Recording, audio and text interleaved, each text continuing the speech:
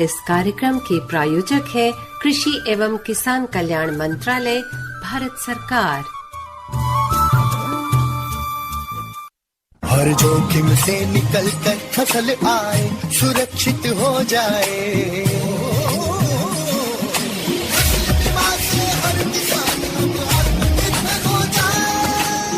संकट के समय प्रधानमंत्री फसल बीमा योजना किसानों के लिए वरदान है। अब सूखा पड़े या बाढ़ आ जाए, कोई डर नहीं। अब ओले पड़े या कीट पतंगे फसल खा जाए, कोई फिक्र नहीं, क्योंकि हमने लिया है प्रधानमंत्री फसल बीमा। बुआई से फसल कटाई तक हर जोखिम का दावा, न्यूनतम प्रीमियम पर अधिकतम भुगतान का वादा। योजना से हर साल जुड़ रहे हैं 5 करोड़ से ज्यादा किसान। अब आपकी है बारी। नजदीकी कृषि कार्यालय, सहकारी समिति, बैंक शाखा, अधिकृत बीमा कंपनी या जन सेवा केंद्र में स्वेच्छा से करा सकते हैं पंजीकरण। फसल बीमा पोर्टल या फसल बीमा ऐप द्वारा भी कराया जा सकता है पंजीकरण। प्रधानमंत्री फसल बीमा योजना, आपकी फसलों का संपूर्ण सुरक्षा कवच। कृषि एवं किसान कल्याण मंत्रालय। अरे अरे अरे क्या कर रहा है? इधर इधर इधर हम बोल रहे हैं तेरे बीजू का। उतला बोल रहा है? पक्षियों से तो हम खेत को बचा लेते हैं, पर इन घातक रसायनों से कैसे बचाएं? मतलब? देख बेटा, तू जो ये अंधाधुंध रसायन मिलाता है ना, मिट्टी की सेहत बिगड़ने लगी है। और जब माटी ही कमजोर पड़ जाएगी तो उपज कैसे सेहतमंद होगी? अरे पहले ऐसा नहीं था। पूछना अपने बड़े बुजुर्गों से, कैसे फसल लहलहाती थी, शुद्धता झलकती थी। हाँ, माटी भी तंदुरुस्त और लोग भी। अब पहली वाली बात कहाँ? पर अब तो सभी डाले हैं। सब नहीं, आज भी लाखों जागरूक किसान परंपरागत विधि से फसल उगा रहे हैं। खर्चा कम और उपज की कीमत भी बेहतर पा रहे हैं। सच है? रे बेटे, एक्सपीरियंस से बता रहे हैं, धूप में बाल सफेद नहीं किए हैं। हाँ। ठीक है भाई, मैं भी आज से जैविक खेती शुरू करूंगा। माटी से प्रेम की परंपरा है, परंपरागत खेती। नमस्कार, ये आकाशवाणी का FM गोल्ड चैनल है। कार्यक्रम है किसान की बात, लेकर हाजिर हैं एक नया अंक। हमारे साथ स्टूडियो में मौजूद हैं हमारे एक्सपर्ट, नया विषय लेकर हाजिर हैं और मेरे साथ हैं मेरे साथी संजय। और आप सभी का इस कार्यक्रम में बहुत बहुत स्वागत है जी। और संजय, आज का क्या विषय है और विशेषज्ञ का जो है वो भी हम इंट्रोडक्शन जरूर कराएंगे, लेकिन उससे पहले जो है ये आपको बता दूं कि ये कार्यक्रम जो है वो है फोन इन कार्यक्रम। और अगर आप हमारे साथ जुड़ना चाहते हैं, जो आज का विषय है उससे जुड़े हुए अगर आपके कोई सवाल हैं तो आप सीधा संपर्क कर सकते हैं। उसके लिए आपको डायल करना होगा। अगर आप दिल्ली के बाहर से कॉल कर रहे हैं तो STD कोड लगाना बिल्कुल ना भूलें, 011, और टेलीफोन नंबर है 23421608। जी हाँ, और आज के विषय के बारे में भी अब हम आपको बता दें। हमारा विषय, जैसा कि हमने आपको बताया, हम हर बार एक नए विषय के साथ उपस्थित होते हैं आपके सामने। तो आज का भी विषय बहुत रोचक है। जी हाँ, कृषि में प्रयोग होने वाले कृषि यंत्रों की खरीद करते समय सावधानी। और हमारे जो विशेषज्ञ हैं वो हैं डॉक्टर PK साहू। ये प्रधान वैज्ञानिक हैं भारतीय कृषि अनुसंधान संस्थान, पूसा, नई दिल्ली से। डॉक्टर साहब, बहुत बहुत स्वागत है आपका इस कार्यक्रम में। धन्यवाद जी। इससे पहले संजय कि हम शुरू करें सवालों का सिलसिला, भारत जो है वो कृषि प्रधान देश है और बहुत सारे गांव इससे जुड़े हुए हैं। हमारा किसान खुशहाल होता है तो हम अपने आप खुशहाल हो जाते हैं, लेकिन जब कृषि यंत्रों की बात आती है तो सबसे पहला सवाल जो डॉक्टर साहब जहन में आता है वो ये आता है कि कृषि यंत्र की उपयोगिता की अगर बात करें तो वो क्या है? किसान भाइयों नमस्कार। आप लोगों को पता है कृषि यंत्र का उपयोगिता को 2-3 मिनट में बखान करना इतना आसान नहीं है। जी। क्योंकि जैसे कोई डॉक्टर का जो बेटा बेटी है वो डॉक्टर बनना चाहते, इंजीनियर का बेटा बेटी इंजीनियर बनना चाहते, पर कोई किसान का बेटा बेटी किसान बनना नहीं चाहते। इसका कारण यही है, किसानी में जो परेशानियां हैं और जो काम करने के लिए जितना मेहनत चाहिए वो करना थोड़ा सा मुश्किल होती है, और ये सब चीज को आसान करती है कृषि यंत्र। और कृषि यंत्र, जैसे मैं ट्रैक्टर की अगर बात करूं, ट्रैक्टर में बैठ करके जुताई करना, कटाई करना, बुवाई करना, ये सब इतना आसानी से हो जाती है। तो किसान की बेटा कभी भी सोचता होगा तो हमें अगर ट्रैक्टर मिल जाए तो हम किसानी कर ले और कहीं जा करके और कोई मजदूरी ना करे। तो इसीलिए एक चीज और मैं आप लोगों के ध्यान में लाना चाहता हूं, जब कोविड हुआ था जी, तो 2 ही चीज, एक है फार्मा और दूसरा है फार्म। आपकी हेल्थ सेक्टर में स्वास्थ्य के जगह पर बहुत ज्यादा उपलब्धता हुई थी, और साथ में आप लोगों की मदद से पूरे देश को खाद्यान्न से आपने कभी महरूम नहीं रखा। और लोगों को खाद्यान्न मिलता रहा, और ये सब संभव हुआ आपकी कृषि यंत्र के वजह से। जी। अगर आप लोगों को याद होगा, जब ये रबी कटाई हो रही थी उसी टाइम ये कोविड आया था जी। तो कटाई के लिए लेबर जो है उसका उपलब्धता नहीं थी, पर कृषि यंत्र के वजह से आपकी कटाई में, हार्वेस्टिंग में कोई परेशानियां नहीं हुई, और पूरे देश उसके लिए किसान लोगों का ऋणी है। जी, यानी कृषि यंत्रों ने हमारा काम आसान कर दिया है, और जो पहले हमें जितनी मेहनत लगती थी अब शायद उतनी मेहनत नहीं लग रही है। एक कॉलर हमारे साथ जुड़े हैं, हम उनसे बात करेंगे, लेकिन इससे पहले एक सवाल और आपसे लेना चाहेंगे डॉक्टर साहब कि कृषि यंत्रों की खरीद करते वक्त आखिर किन किन बातों को ध्यान में रखना चाहिए? कृषि यंत्र की खरीद करते समय कुछ चीजों का बहुत ही ध्यान रखना चाहिए। एक तो ये है, जरूरत क्या है, किस चीज के लिए आप वो यंत्र खरीदना चाहते हैं। जैसे बुवाई के लिए अगर आपको चाहिए, उसमें ये देखना पड़ेगा आपके खेत की आकार क्या है, और आपके पास जो ट्रैक्टर है या और कोई पावर टिलर वगैरह है उसका अश्व शक्ति या हॉर्स पावर कितने हैं, उस हिसाब से आपसे इस पर और अधिक जानकारी लेंगे। कॉलर हमारे साथ जुड़ चुके हैं, जान लेते हैं इनका क्या सवाल है और ये कहाँ से बात कर रहे हैं। जी नमस्कार मैम। नमस्कार जी। मैं लखनऊ से राजा बात कर रहा हूँ। जी राजा जी, अपना सवाल रखिए। जैसा कि हमारे जो खेती के यंत्र होते हैं, तो हम लोग अगर खरीदारी जब करें तो सबसे पहले क्या जरूरी होता है, क्या हम उनको क्वालिटी से खरीदें ताकि वो हमेशा अच्छे हमारे मतलब खेती में अच्छा काम करें और हमको उससे लाभ भी हो। इन बातों का ध्यान रखना जरूरी होता है यंत्र लेने के टाइम। जी राजा जी, हम लोग भी इसी विषय पर चर्चा कर रहे थे डॉक्टर साहब। जी, बहुत ही अच्छा सवाल है। पहले तो ये आपको ये ध्यान रखना चाहिए आप किस चीज के लिए खरीदारी करना चाहते हो, कौन सी यंत्र की आपकी खरीदारी की आवश्यकता है। बुवाई के लिए चाहिए तो उसके लिए अलग यंत्र है, अगर आपका जुताई के लिए चाहिए उसके लिए अलग यंत्र है। पर हाँ, मैं ये चीज आपको जरूर कहूंगा, आपकी खेत की आकार क्या है और आपके पास ट्रैक्टर उपलब्ध है या पावर टिलर उपलब्ध है या बैल उपलब्ध है, जिसके हिसाब से ये यंत्र का चयन आप कर सकते हैं। और 2-3 चीज का भी आपको ध्यान रखना पड़ेगा। जैसे अगर सब्सिडी आपको लेना है तो सब्सिडी में कौन सी मशीन जो आपकी जरूरत की है, सब्सिडी आपकी स्टेट गवर्नमेंट का सब्जेक्ट होता है। स्टेट गवर्नमेंट के आपकी जो नजदीक वाले कृषि अधिकारी हैं वो आपको बता पाएंगे कौन सी कृषि यंत्र में सब्सिडी उपलब्ध है। उस यंत्र को जरूर आप एक बार देख ले और आपकी जरूरत है। पहले मैं बार बार इस चीज को इसीलिए बता रहा हूँ, कभी कभार क्या होता है आपके पास 2 एकड़ की खेती है, 2 एकड़ खेती के लिए आप बहुत बड़ा एक यंत्र खरीद लिए जिसके लिए आपका लागत ज्यादा लग गया और आप उसको दूसरे के लिए कस्टम हायरिंग नहीं करा पा रहे हैं, तो आपका पैसा उसमें फंस गया है। तो इसीलिए आपकी जरूरत के हिसाब से कृषि यंत्र का चयन करें और उसके हिसाब से आपको सलाह देने के लिए आपकी कृषि अधिकारी हैं, नहीं तो आपकी नजदीक कोई भी भारतीय कृषि अनुसंधान परिषद का जो आपकी अनुसंधान संस्थान है वहां के वैज्ञानिक जरूर आपको मदद कर देंगे। नहीं तो कई सारे कृषि विज्ञान केंद्र है, हर जिले पर आपको कृषि विज्ञान केंद्र मिलेगा। कृषि विज्ञान केंद्र में अधिकारी हैं, वो भी आपको इस बारे में मदद कर देंगे। जी डॉक्टर साहब, खेती के लिए मृदा यानी मिट्टी की जो उपलब्धता होती है वो बहुत ही अहम है। इसके अलावा जो हमारा वातावरण है वो भी बहुत जरूरी है। एक कॉलर हमारे साथ जुड़ रहे हैं, उनसे बात कर लेते हैं, फिर बात करते हैं आगे। मैं पंकज श्रीवास्तव बात कर रहा हूँ जी हरियाणा से। जी पंकज जी, सवाल क्या है आपका? सर, जैसे जो खेती के यंत्र होते हैं तो क्या हमको सरकार की छूट पे भी मिल सकते हैं इसके यंत्र वगैरह? सब्सिडी की बात कर रहे हैं ये? जी श्रीवास्तव जी, सब्सिडी उपलब्ध है। जो राज्य सरकार और केंद्र सरकार हर जगह पर सब्सिडी की उपलब्धता रहती है। ये आपको पता करना पड़ेगा। जो कृषि अधिकारी हैं, आपकी नजदीक वाले कृषि अधिकारी, उनसे संपर्क कीजिएगा, वो जरूर आपको बता देंगे कौन सी यंत्र की आपकी आवश्यकता है और किसमें सब्सिडी उपलब्ध है। जी डॉक्टर साहब, हम बात कर रहे थे कि कृषि यंत्र खरीदते समय क्या मिट्टी को भी ध्यान में रखना चाहिए, साथ ही साथ जो कंडीशन है, परिस्थिति है, यानी कहीं पहाड़ी मिट्टी भी होती है, ये रेतीली मिट्टियां भी होती है, तो इन सब बातों को ध्यान में रखते हुए कृषि यंत्रों का खरीदारी करनी चाहिए। और साथ ही साथ एक चीज और भी है, वृद्धा के साथ साथ यानी हम फसल कौन सी लगा रहे हैं और ये सब चीजें जो छोटी छोटी बातें हैं, इन सब का क्या योगदान रहता है? बिल्कुल बिल्कुल, आपकी बात बिल्कुल सही है। जैसे हम अगर रेतीली मिट्टी की बात करें, उसमें आपकी जो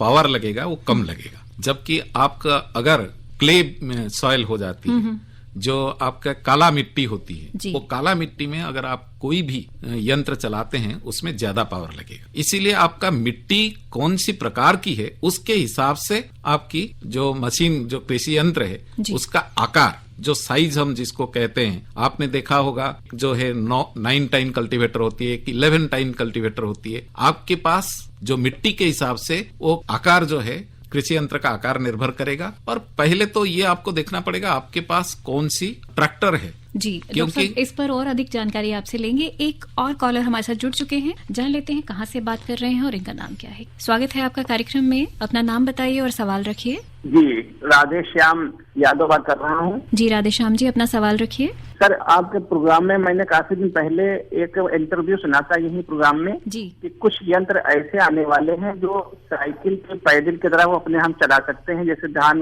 चावल बनाने वाली मशीन होगी, इस तरह के बता रहे थे। तो क्या ये जो न्यूज दी गई थी आपने, तो ये कब तक आने की संभावना है मार्केट में, और ये कितने तक मिलेंगे ये यंत्र जो मिलेंगे? धान से चावल निकालने वाली यंत्र की बात कर रहे हैं?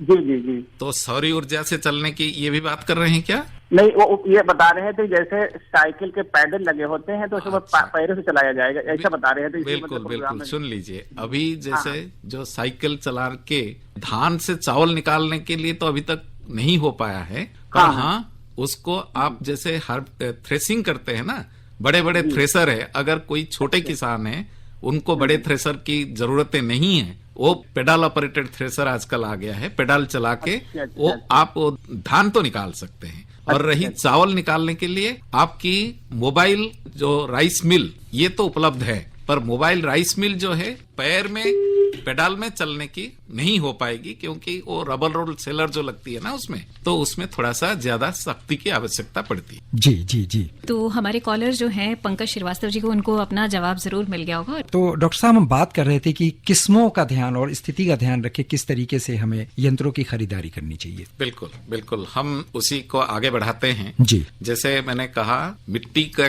प्रकार के हिसाब से आपकी जो साइज, मशीन की जो साइज है वो बदल जाती है, और साथ में कितने अश्व शक्ति की और हॉर्स पावर के ट्रैक्टर आपके पास उपलब्ध है उसी हिसाब से भी। और रही अलग अलग जो फसलें हैं, जी जी, अलग अलग फसलें के लिए भले ही आपकी जो बुवाई करने की जो यंत्र है उसको बदलना पड़ेगा। जी, आजकल कई सारे जो सीड कम फर्टिलाइजर ड्रिल हम जिसको कहते हैं, बुवाई यंत्र कहते हैं, जी, वो बुवाई यंत्र अलग अलग फसल के लिए सिर्फ एक जो प्लेट है जिसमें आपकी सीड को मीटरिंग किया जाता है, तो बीज को मीटरिंग किया जाता है, वो जो चीजें हैं वो सिर्फ बदल के आप अलग अलग फसल के लिए एक ही, क्योंकि हम ज्यादा तक यही देखते हैं किसान कितना खरीद सकता है, कितने मशीन खरीद सकता है। बिल्कुल एक ही, जैसे अगर धान की हम बात करें, आपकी बुवाई के लिए एक मशीन, गहाई के लिए एक मशीन, वीडिंग के लिए एक मशीन, इतने सारे मशीन तो खरीदारी करना थोड़ा सा मुश्किल होती है। जी। तो इसीलिए कस्टम हायरिंग की जो चीजें हैं वो आजकल बहुत प्रचलित है। एक गांव में या एक ब्लॉक में कस्टम हायरिंग सेंटर खोला जा रहा है, और कस्टम हायरिंग सेंटर से किसान को जो जरूरतें वो वहां जाकर के बताया जाए, और वो कस्टम हायरिंग सेंटर वाले उनके पास भेज देंगे और काम कर पैसे उसके हिसाब से ले लेते हैं। वो कस्टम हायरिंग के कई सारे मॉडल भी है, हम उसको अगर चर्चा करेंगे बहुत टाइम लगेगा। अगर हम उस थोड़ा सा उसके बताएं तो हमारा 2 प्रकार की कस्टम हायरिंग होती है, एक होती है लाइब्रेरी मॉडल और एक होते हैं ओला उबर ऑटो मॉडल।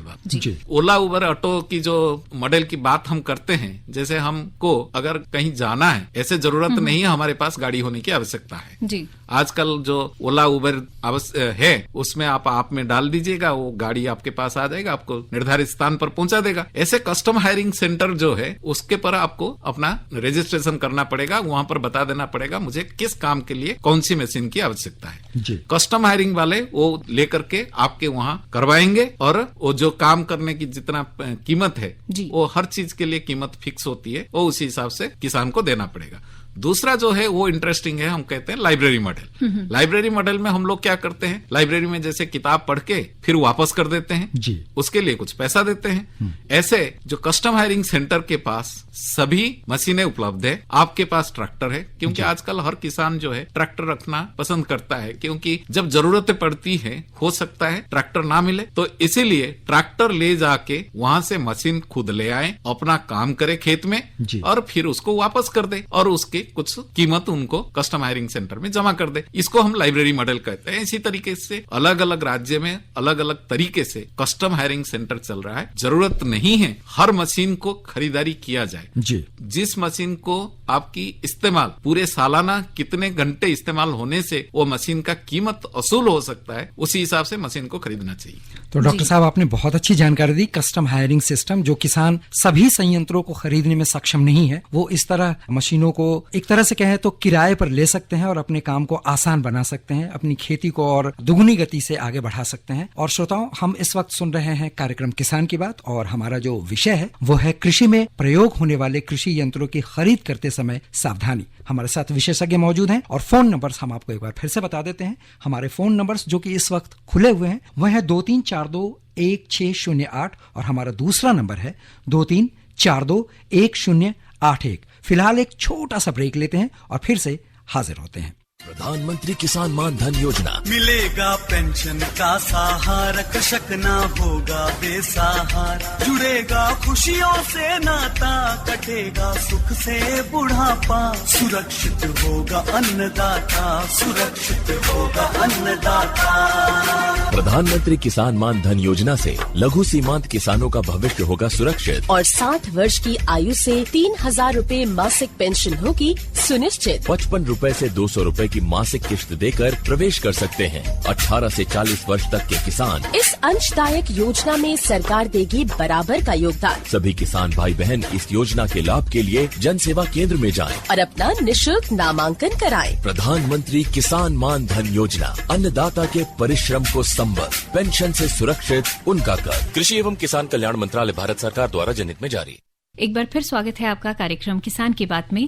और हम डॉक्टर साहब बात कर रहे थे कृषि यंत्रों की, तो उसी श्रृंखला में एक चीज और आती है। अभी बहुत सारी बातें हमारी हुई हैं और उसमें जो कृषि यंत्र है उनकी परखने के लिए उन्हें कि वो किस तरह से कार्य करते हैं, टेस्ट है, वो टेस्ट क्या है, कहाँ होता है और उसकी क्या इम्पोर्टेंस है, उसके बारे में थोड़ा सा बताएं। बहुत ही अच्छा सवाल है, क्योंकि हम अगर आजकल मार्केट में जाते हैं कोई भी चीज खरीदने से पहले जी उसका देखते हैं इसमें कौन सा मार्क लगी हुई है। खाद्यान्न की अगर बात करें, हम देखते हैं इसमें जो है लाल कलर की लगी हुई है या हरा कलर की लगी हुई है, तब उससे निर्धारित हो जाता है ये भेज है या नॉन भेज है।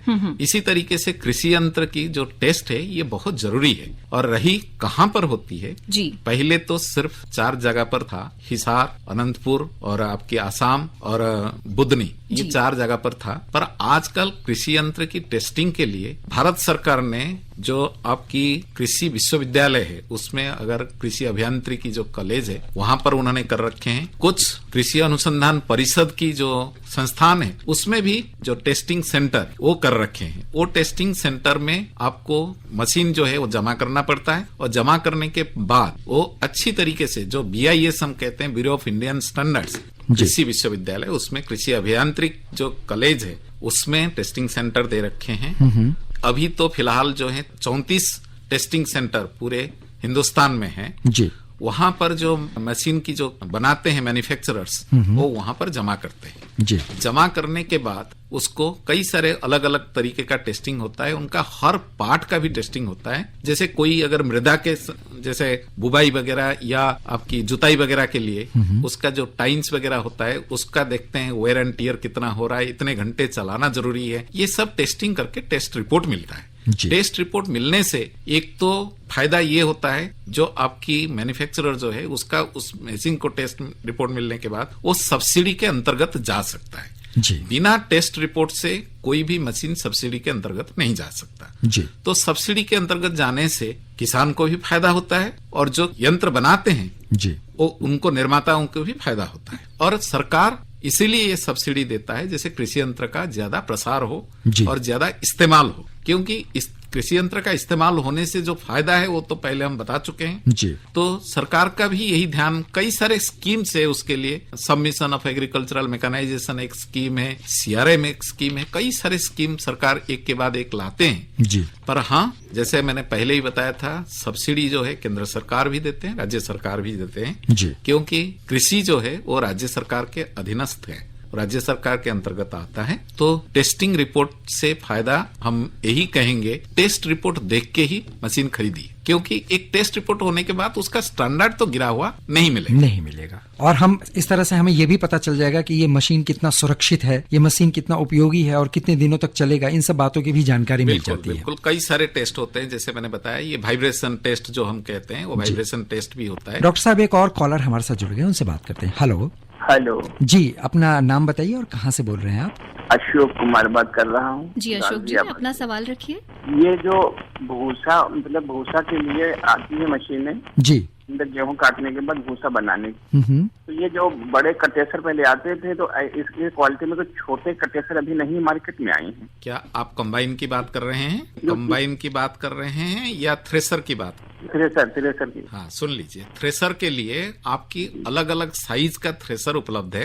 आपकी देखिए, धान के लिए थ्रेसर अलग है और आपकी गेहूं के लिए थ्रेसर अलग है। उसका कारण भी मैं आपको बता दूं, क्योंकि धान की जो पुआल होती है, वो अगर उसको कटाई होके अंदर नहीं घुसता है ना, तो फिर दिक्कतें हो जाए। इसीलिए आपको कौन सी, कितने आपके पास जमीन है वो देख लीजिएगा, और ट्रैक्टर की साइज क्या है, उस हिसाब से कई सारे अलग अलग थ्रेसर की उपलब्धता है मार्केट में, हर जगह पर है। आप कहाँ से बोल रहे हैं, किस जगह से बोल रहे हैं?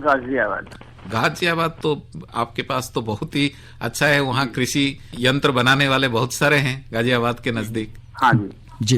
डॉक्टर साहब, आपसे ये जानना चाहेंगे कि कुछ ऐसे यंत्र भी हैं जिनसे वातावरण को ज्यादा नुकसान ना पहुंचे, क्योंकि आजकल एक प्रदूषण भी बहुत बड़ी समस्या बन गई है। आपकी इशारा मैं समझ रहा हूं, क्योंकि अभी जैसे जो पुआल जलती है, जी बिल्कुल, पंजाब, हरियाणा और वेस्टर्न उत्तर प्रदेश जो है जी, उसमें पुआल जलने के वजह से दिल्ली वाले जो है उनको बहुत तकलीफ होती है। तो इसीलिए वो तकलीफ दूर करने के लिए कई सारे भारत सरकार ने एक CRM स्कीम एक लेके आए हैं, क्रॉप रेसिड्यू मैनेजमेंट। तो क्रॉप रेसिड्यू मैनेजमेंट में वो कोशिश से ही करते हैं जैसे किसान को ये जलाना ना पड़े। तो अभी जस्ट पहले हम कंबाइन की बात करते थे, अभी वो कंबाइन के साथ उन्होंने एक SMS लगा रखे हैं, सुपर स्ट्रॉ मैनेजमेंट उसको हम कहते हैं, क्योंकि कंबाइन से जो पुआल निकलती है उसको छोटे छोटे काट के जैसे खेत में फैला दिया जाए, जिसमें आपकी आगे की जो मशीनीकरण है वो आसान हो सके। क्योंकि किसान क्यों जलाता है, पुआल क्यों जलाता है, उसको पहले से हम लोग ध्यान में रखे हैं। जलाने का कारण यही है, एक बार कटाई, धान की कटाई होने के बाद गेहूं की बुवाई के लिए बहुत ज्यादा समय नहीं बचता, तो 20-21 दिन के अंदर अंदर ऐसे कुछ नहीं हो पाती है जो आपकी सड़ जाए। इसीलिए कोशिश यही करते हैं वो 20-21 दिन के अंदर किस तरीके से ये प्रबंधन किया जाए, ये जो क्रॉप रेसिड्यू का प्रबंधन किस तरीके से किया जाए जी। इस हिसाब से अगर हम जो मशीन की बात कर रहे हैं, एक तो सुपर स्ट्रॉ मैनेजमेंट जो SMS है, आजकल कंबाइन में अगर SMS नहीं लगता है उसको सब्सिडी नहीं मिलेगा, उसको बेचने की भी मना किया जाता है। जी डॉक्टर साहब, जब हम बात करते हैं किसी भी मशीनरी की, तो जाहिर सी बात है कि उसकी रिपेयर हो गई, सर्विस हो गई, इस चीज से हम पीछे नहीं हट सकते। रख रखाव तो बहुत जल्दी में, क्योंकि समय बहुत कम है, तो हम ये भी जानना चाहेंगे कि रिपेयर और सर्विस के लिए किस चीज का ख्याल जो है वो बहुत जरूरी है रखना। बहुत ही अच्छा सवाल है, क्योंकि हम गाड़ी भी खरीदते हैं ना, उसका देखते हैं रिपेयर सर्विस के लिए कहाँ पर उपलब्ध है, उसका रख रखाव बहुत ज्यादा कहाँ पर उपलब्ध है।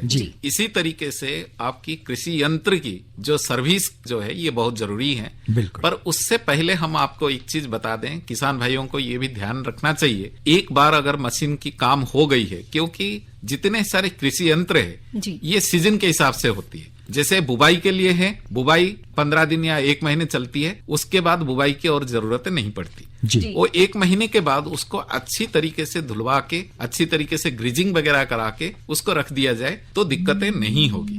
नहीं तो आजकल क्या करते हैं, आपकी कोई भी जो अच्छे ब्रांड वाले कंपनी है वो अपना सर्विस सेंटर खोल रखे, क्योंकि उनका जो नेटवर्किंग है, उनका जो सेल है वो सर्विस के हिसाब से वो बढ़ती है। कोई भी कंपनी अगर अच्छे सर्विस देते हैं वो आपका सेल उसी हिसाब से बढ़ता रहेगा। तो हम रिपेयर और सर्विसिंग की अगर बात करें तो कभी कभार तो ये होता है जहां से हम खरीदते हैं वही लोग सर्विस दे देते हैं। बहुत सारे सवाल ऐसे भी होते हैं कि जो हम पूछना चाहते हैं लेकिन रह जाते हैं। जी, इसी के साथ वक्त हो चला है अब आपसे इजाजत लेने का।